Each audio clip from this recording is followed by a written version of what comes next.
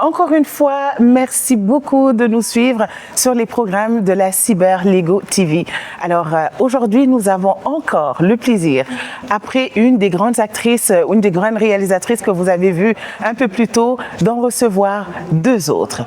Deux grandes de par leur réalisation, mais également de par leurs idées. Le pouvoir qu'elles ont eu de donner la parole à des femmes que leur vie ou leur histoire semble le plus souvent tabou. Bonjour Hélène et bonjour Barbara. Bonjour Mariana. Bonjour Mariana. Comment allez-vous? Super bien. Un plaisir de vous avoir ici. Est-ce que vous vivez à Montréal?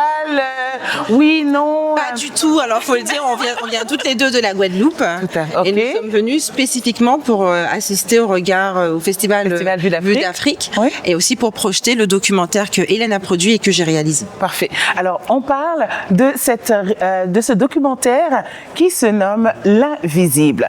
Comment est-ce que vous avez eu cette idée de donner la parole et qu'est-ce qui vous a convaincu que c'était les bonnes personnes à écouter? Les femmes sont toujours les meilleures personnes à écouter, les maris le diront. Définitivement. Non, mais en fait, c'est surtout que c'était important pour nous de donner la voix, de permettre aux femmes de s'entendre, parce que les douleurs invisibles sont parfois les plus importantes, les plus profondes. Et dans nos sociétés afrodescendantes, elles portent la famille à bout de bras et il n'y a pas beaucoup de gens pour les entendre. Oui, c'est important de parler de ça puisque c'est une problématique qui est de plus en plus récurrente autour de nous. L'infertilité, les couples qui ont du mal à concevoir un enfant, c'est vécu. Aussi à l'accepter, hein. C'est très difficile. À l'accepter et à en parler parce que c'est super tabou. Pour l'homme, des fois, c'est associé à sa virilité. Pour la femme, c'est associé au fait qu'elle ne serait pas complètement une femme.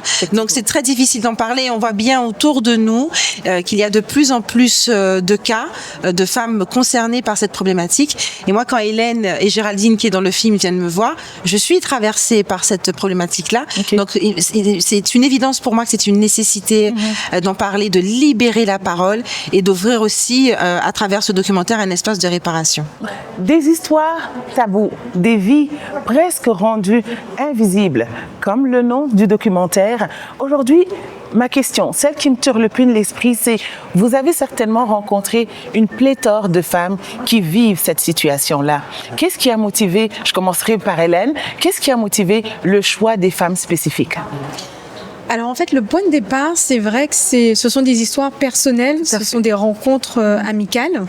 Ce sont des parcours singuliers et c'est vrai qu'avec Barbara ensuite on a lancé un casting et sur la base du casting on avait eu à peu près 85 ou 90 réponses.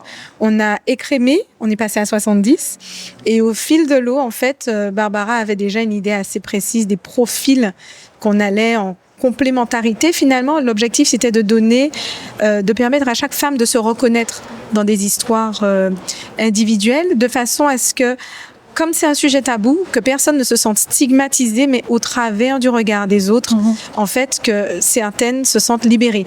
Donc, c'était important pour nous d'avoir un panel avec des exemples différents. Donc, du coup, parmi les exemples, on a par exemple des femmes qui ont tenté la FIV en couple, celles qui ont essayé d'avoir aussi des enfants toutes seules. Et ça, c'est nouveau, d'avoir un enfant toute seule. On a aussi celles qui ont adopté. Celles qui ont renoncé, celles qui sont passées par des parcours très difficiles de dépression sévère. Mais voilà, c'était vraiment ça, d'avoir un panel assez large de profils variés pour que toutes les femmes concernées puissent se reconnaître dans tous ces scénarios, mais qui ont toutes un point en commun. C'est ce qui les traverse, c'est ce qui s'imprime dans leur corps, c'est cette souffrance liée au fait de ne pas réussir à avoir un enfant. L'infertilité, quand on en parle, oui, c'est un sujet tabou.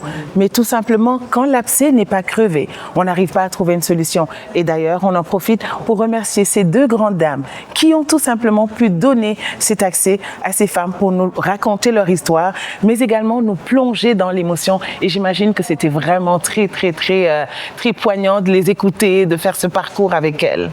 Oui, tout a été très éprouvant, il faut le dire. C'est-à-dire que moi, j'ai écouté 60 histoires. Waouh.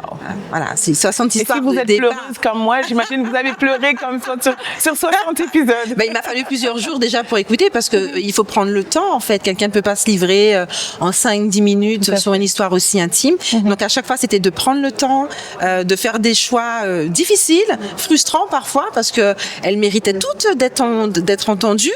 Et en fait, voilà, dans le film, il y a 2 temporalités. Il y a celles qui racontent ce qu'elles ont vécu et celles qui le vivent au moment même où on tourne.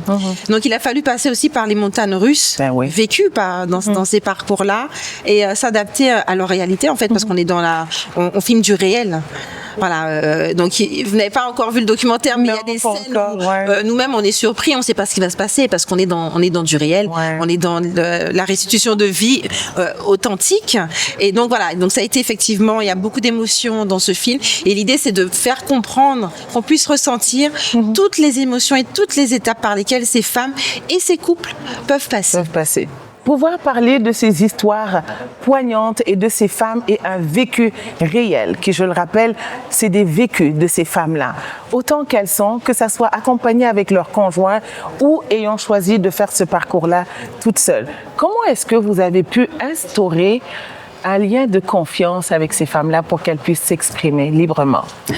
Alors, ce lien de confiance, il a pris du temps. Et, il a nécessité des heures de rencontres informelles avant même le tournage. L'idée, c'était, voilà, je ne sais pas comment on peut expliquer ça. Je pense que c'est l'idée d'instaurer une forme de sincérité que l'autre sent. Et dans le regard de l'autre, on comprend qu'il vous laisse rentrer dans son intimité. Il y a un accord comme ça, complètement, enfin un accord tacite, qui se crée entre la personne qui accepte de raconter son histoire et celle qui va réaliser, qui va recueillir sa parole. Donc c'est sur du temps. Ça vient pas tout de suite. C'est de comprendre, de discuter, d'échanger, d'apprendre à connaître finalement l'autre. Donc c'est un travail qui est quand même assez conséquent parce que c'est comme vous, lorsque vous rencontrez quelqu'un dans votre vie de tous les jours, faites pas confiance tout de suite. Mais surtout parlons d'un problème aussi poignant que ça, qu'ils aient eu des vis-à-vis femmes comme elles, ça a dû certainement aider également. Oui, je pense que ça a beaucoup aidé. À un moment donné, je pense que je suis entrée dans une espèce de phase de confidence aussi avec mes personnages. Parce que même si elles étaient volontaires, parce qu'elles ont candidaté, mais en fait, il y avait quand même une petite réticence à livrer certains aspects. On ne dit pas toujours toute la vérité. Comment l'histoire va être perçue. Oui, comment elle va être perçue. Est-ce que j'ai pas envie de me sentir jugée. Et en fait, je pense que lorsqu'on est dans cette posture-là, tout de suite, il faut être dans le non-jugement. Le non-jugement, on est dans une communication qui est non-verbale. C'est quelque chose qui se ressent. Tout à fait. Et ça s'explique pas en fait. J'aurais du mal à mettre des mots là-dessus. Mais c'est vraiment voilà, cette idée pour moi, c'est je ne juge pas. Je suis là pour accueillir la parole et en fait bien relater. Exactement, tout simplement. Hélène, c'était quoi votre ressentiment par rapport à ce lien de confiance qui s'est créé entre vous et ces femmes-là et leur histoire également? Alors la relation, ça a surtout été une relation entre Barbara et les filles. Maintenant. Quand on arrive avec cette démarche, avec ce projet avec Géraldine est une amie. Et donc, c'est important en fait, que son histoire, son parcours, moi je le connais. Et donc, il y a aussi cette démarche, cette sincérité. Et puis, il y a toujours eu à cœur, je pense que c'est aussi parce que ce sont des femmes qui sont à l'origine du projet, qui sont dans le projet. Il y avait une espèce de sororité qui s'est installée assez rapidement d'ailleurs pour celles que j'ai rencontrées dans un deuxième temps parce que les échanges ça allait vraiment enfin au-delà du casting c'est vraiment Barbara qui les a menés au fil de l'eau avec elle et moi c'est vrai que pour le coup, elle avait la main sur. On a sélectionné les profils ensemble, mais elle avait vraiment complètement la main là-dessus.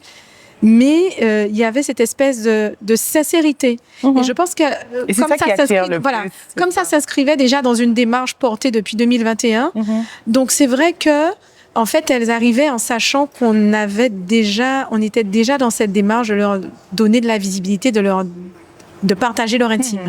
En fait, pour bien comprendre, c'est que Hélène et Géraldine, qui sont amies, Géraldine découvre tardivement qu'elle est atteinte d'endométriose. Et ensuite, on lui annonce à 38-39 ans, elle est en périménopause. Pas d'enfant. Wow. C'est une information qui tombe bam. C'est une information violente. Et elle rencontre Hélène qui organise tous les 2 ans un colloque médical où elle parle de certaines problématiques gynécologiques, des maux de femme, MAUX, et notamment l'endométriose. Okay. Et à ce moment-là, elle relate, elle finit par raconter son témoignage. C'est un témoignage de désespoir. Et en fait, elle rencontre un médecin qu'Hélène connaît parfaitement, qui lui propose de passer par la PMA. Okay. Et ça ouvre une nouvelle porte, en fait. C'est celle de l'espoir. C'est cette connexion avec Hélène, donc d'aller au CEMAC, d'aller à ce colloque qu'Hélène organise, qui finalement ouvre cette porte, et elle entrevoit une possibilité de peut-être devenir réellement maman. Et à partir de ce moment, Hélène et elle, qui sont en train de tisser une relation amicale, lui dit il faut raconter ton histoire, il faudra faire un film. Donc moi j'arrive quelques années après, mais voilà, c'est-à-dire qu'Hélène nourrit déjà cette idée de faire un film. C'est vraiment le soubassement de l'histoire. Exactement, c'est le soubassement de l'histoire. Et ensuite moi j'arrive en deuxième acte. Voilà, j'arrive en deuxième acte. Ça part d'une femme, puis c'est une femme qui réalise et une autre qui produit. Donc du coup, la force, oui. Et une autre Bénédicte qui est, parce que c'est un regard aussi. Et ça c'est important pour nous. Quand on se rencontre avec Barbara, je lui dis, moi, ce qui est important pour moi, c'est que ce soit une histoire qui soit portée par des femmes. À la réalisation, au montage, là où on peut les mettre, je veux qu'elles soient là parce que c'est une important. team féminine. Hein? Exactement. Je m'excuse vraiment si Bénédicte nous entend, parce que c'est vrai que j'ai pensé à elle fortement tout à l'heure. Cette aventure, je l'ai vécue sur le terrain avec toutes les femmes, en binôme, avec Bénédicte Jourdier, qui était chef opérateur, qui des fois me consolait, enfin on se consolait mutuellement. On a vraiment vécu quelque chose de super intense, et je tiens à lui rendre hommage parce que on avait une sensibilité similaire. Donc on se comprenait, mais des fois une histoire sans parole. Et en fait, je pense que c'est aussi une affaire de femmes. Tout à fait. On n'a pas besoin d'expliquer. Et donc, en parlant justement de cette sensation, puis le fait d'être en binôme, de travailler en symbiose, les femmes ensemble pour un sujet qui nous touche toutes, ça vient toucher le cœur même des personnes qui regardent, ou des personnes même qui vivent ce problème-là et qui n'ont pas encore eu la chance d'être au devant de la scène et de pouvoir en parler. Alors, parlant de solidarité féminine, moi j'aimerais savoir, juste pour finir, il y a plein d'autres problèmes qui sont tabous et qui concernent les femmes. Aujourd'hui, oui, vous en avez parlé d'infertilité. Est-ce qu'on peut s'attendre à une suite sur d'autres problèmes que possiblement les femmes vivent et qu'elles n'ont pas ce stage-là pour pouvoir en parler? Alors, petite confidence, on est en train de travailler sur un projet d'observatoire caribéen de la santé de la femme. Oh. Et avec des ramifications au-delà de la Caraïbe, Afrique, Canada. Donc oui, il y en aura peut-être d'autres. Alors peut-être un peu moins bouleversant parce que celui-là, il nous a un peu bousculé quand même. Il nous a vraiment remué, et donc oui, d'autres sujets, mais Barbara a une actu, je suis sûre. En fait, c'est-à-dire que moi, ces dernières années, je ne cesse de traiter de thématiques liées à la femme, et particulièrement à la femme noire. Mon avant-dernier projet parlait des stigmates de l'esclavage, des blessures transgénérationnelles. Donc là, j'ai basculé sur l'infertilité. Je suis en train de préparer un nouveau documentaire, mais plus, j'ai envie de dire, lumineux, sur le cheminement intérieur des femmes, enfin voilà. Et j'ai encore d'autres idées qui devraient relier d'ailleurs les Antilles et l'Afrique, et j'espère qu'il verra le lien n'est pas brisé, par exemple, qui verra le jour. Mais vraiment, voilà, j'espère vraiment réussir à faire un film dans ce sens-là très prochainement.